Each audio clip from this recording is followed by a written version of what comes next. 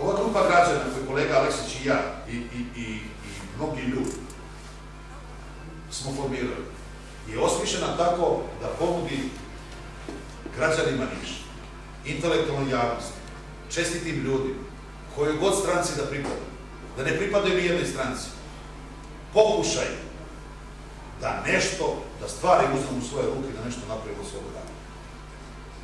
Mi smo napravili svoj program koji je preopšen, neko mi kaže preopšen, mi smo ga dugo radili i stavili na sajt koji vi možete pogledati. I svaki dan kad idemo, dopunjujem ga, hoću da vidim svaki detalj Niša, nisam mogu kao poslanik da se bavim time, hoću da vidim svaki deo Niša šta je problem.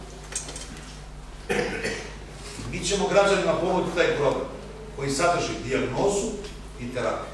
Ako bi mi kritikovali sve što nije valjalo za 12 godina i što nije valjalo za 4 godine, pa čemu to onda? Možemo svi da sedemo i da kritikujemo. Mi kažemo šta ne valja u zdravstvu, kažemo šta ćemo da uradimo, šta ne valja u školstvu, šta ne valja u investicijama, šta ne valja u javnoj upravi, šta u javnim finansijama, šta u javnim preduzećima i kažemo šta ćemo da uradimo. To što smo napisali mora da uradimo, po tome ćemo se razvati.